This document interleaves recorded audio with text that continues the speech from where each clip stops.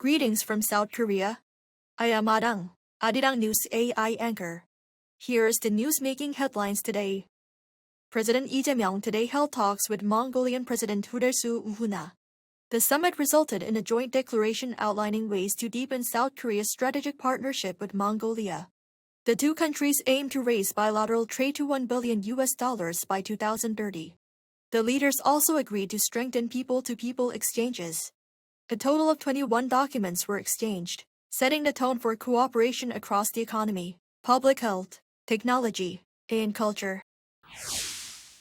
The International Monetary Fund has sharply upgraded its 2026 economic growth forecast for Korea to 2.6%. That's a 0.7 percentage point increase from the April estimate. The adjustment closely tracks recent revisions by the Bank of Korea and the OECD, which both raised their growth forecast to 2.6%. According to the July World Economic Outlook update released on Wednesday, strong external demand for semiconductors dominates the negative impact of the war in the Middle East.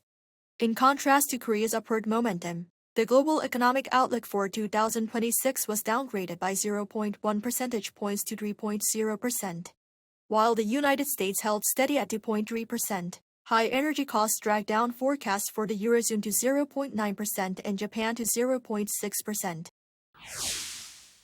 SK Group Chairman Tae-won is heading to the United States to attend a ceremony to mark SK hynix's American Depository Receipts listing on the Nasdaq. The opening bell event will take place in New York on Friday morning local time.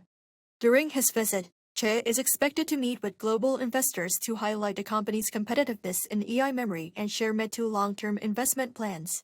Industry watchers say the Nasdaq debut will serve as a turning point for SK hynix to be recognized as a core global AI infrastructure company.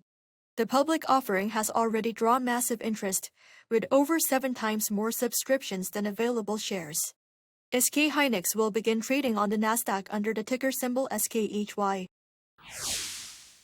The Supreme Court has upheld the 7-year prison sentence for former President Yoon for obstruction of justice following his short-lived martial law declaration in December 2024.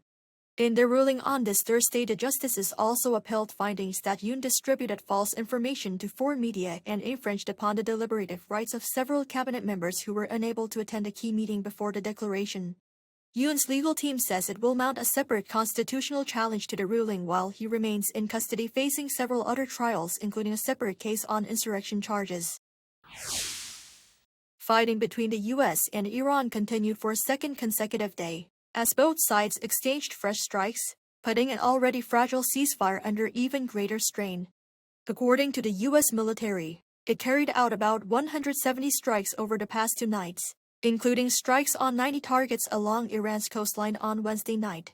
In response, Iran's Revolutionary Guards said they had targeted U.S. military bases in Kuwait and Bahrain, while the Iranian army claimed it had struck a U.S. military facility in Qatar. Iran's chief negotiator also accused the United States of breaching the ceasefire that had kept the conflict largely contained over the past 3 weeks.